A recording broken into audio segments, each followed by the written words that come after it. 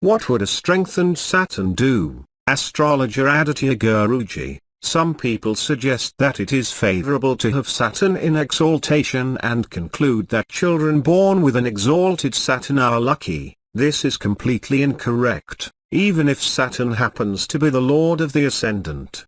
His placement in his own or exalted houses is not a favorable disposition. The subtly intricate statement made by our sages that if in any horoscope the natural benefics should be powerful and that the natural malefics should not get strengthened is more relevant to Saturn. A solitary Saturn in his own house or in exaltation devoid of any subthuva, beneficence, would induce drastically harmful results during his dasa. If Saturn should bestow favorable results, then he should be associated or glanced by Jupiter or be in the association of any other benefic planets or the benefics to the ascendant. An exalted Saturn in retrogression, that totally demolishes the effects of exaltation only to confer a debilitation and also with the aspect of a benefic planet, would bestow a luxurious lifestyle. If Saturn is strengthened directly, then according to his significations one has to work laboriously to earn his living.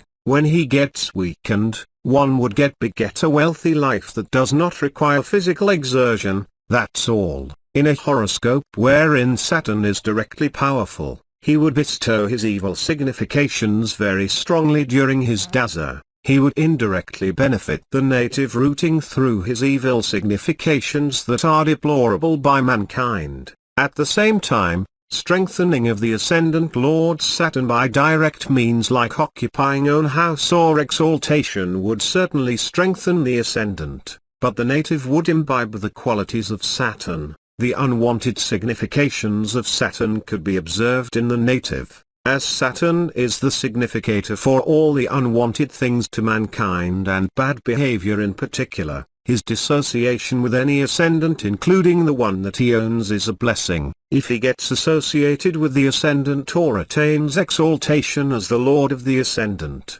then he would give favorable results only when he attains subthuva, beneficence, or sukshma, intricate, strength. When Saturn attains sukshma, intricate, strength and gets connected with ascendant or moon sign, he would encourage a native to become a great spiritualist. Additionally, the horoscope should have Jupiter and Ketu in a supportive state. For this probability, I would explain further on the spiritual states of Saturn in the forthcoming chapters. Saturn associating with ascendant, devoid of subthuva, beneficence, or sukshma, intricate, strength would make the native stubborn. He would have a shorter stature, unlucky and be incapable of adjusting with anyone. Native would be selfish and clouded with inferiority complex. Saturn fakes an ignorant person to believing himself to be expert in everything. There are some people who always do not respond directly but put forth a counter-argument or make hollow statements and are always surrounded with negative thoughts or pessimistic thoughts. This is also due to Saturn. Is someone talking continuously without any substance? He would be certainly under the influence of a directly powerful Saturn. If the short stature of a person is very obvious, then it could be concluded that he is greatly influenced by Saturn. At the same time, natives with such a directly powerful Saturn that is devoid of subthuva, beneficence, would be extremely skilled in any one of the technical disciplines. Excellent automobile mechanics, technicians in a factory wielding a spanner performing intricate jobs are all produced by Saturn. Saturn getting powerful by direct means without subthuva, beneficence, would make one to dismantle a vehicle or machinery unto the last nail and be capable enough to reassemble the same back perfectly. That means he would be working strenuously with total involvement, adorning oily greasy clothes. If the exalted states of planets needs to be further elaborated, it can be understood that it would have been unnecessary for our sages to classify the planets into two groups as benefics and malefics. If all the planets that are in exaltation are destined to do good to mankind, It was also not necessary to differentiate between the functionalities of planets as suba, good, or asuba, bad. It could have been simply stated that powerful planets would do good. Nowhere in our scriptures have the sages indicated that powerful planets would do good to mankind. They have only told that a powerful planet would bestow his significations or functionalities very strongly to the native. In that case, what would Saturn that signifies not only longevity but also scarcity, poverty, diseases, debt-related problems, slavery, earning through physical labor,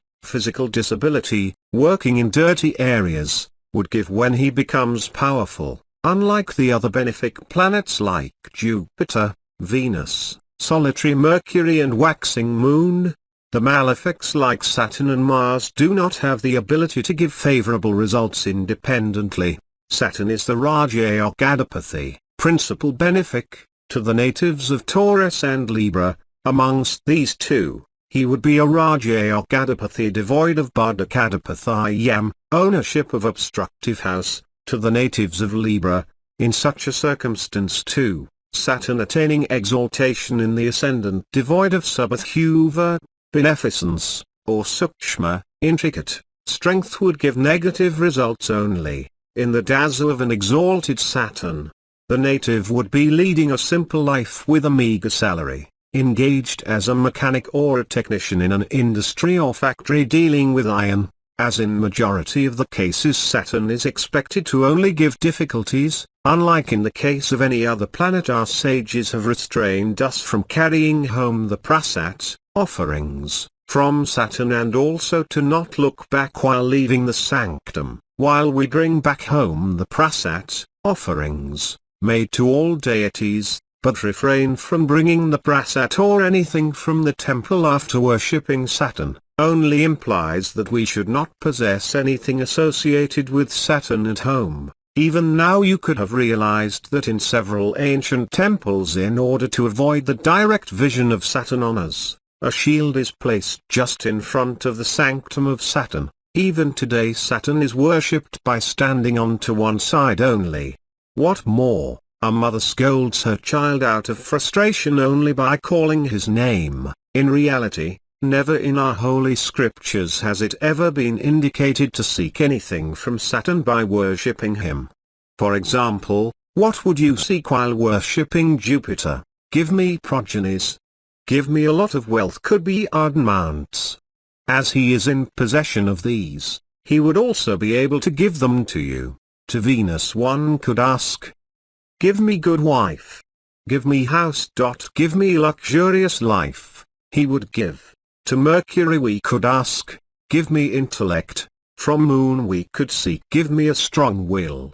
Give me the energy. What would you seek from Saturn? Should we seek, give me scarcity, give me debt, give me disease, give me physical disability? What does he have to offer other than longevity? When I am only having stale rice saved from previous night, what can I do? If you would seek a wholesome meal on a plantain leaf enriched with all the 6 tastes, if you feel that you are worshipping Saturn so that the ills as mentioned above are to be kept away from you, even then is it not easier that you could simply remain without doing anything at all, on one side when he is beating, trampling and thrashing you? Would you like to get anywhere closer to him, or alternately would like to run away from him? Only when Saturn has been weakened, with his hands tied down, aspected by Jupiter, attaining subadhuva, beneficence, and sukshma, intricate, strength by some means, will he bestow enormous wealth through his significations. While the wealth obtained through the grace of benefic planets could be disclosed prestigiously, but the money received at the behest of malefics cannot be disclosed respectfully. To the Libra ascendants, if the Saturn attaining debilitation and Digbala in Aries is aspected by Jupiter, then the native would be blessed with lot of money and a luxurious living. If Saturn is powerful in the birth horoscope, then during the transitory 7½ Saturn, Sadsathi, period, he would cause lot of difficulties. If Saturn is weak in the natal chart early, then he would be unable to give harmful effects during the transitory 7½ Saturn, Sathi, period.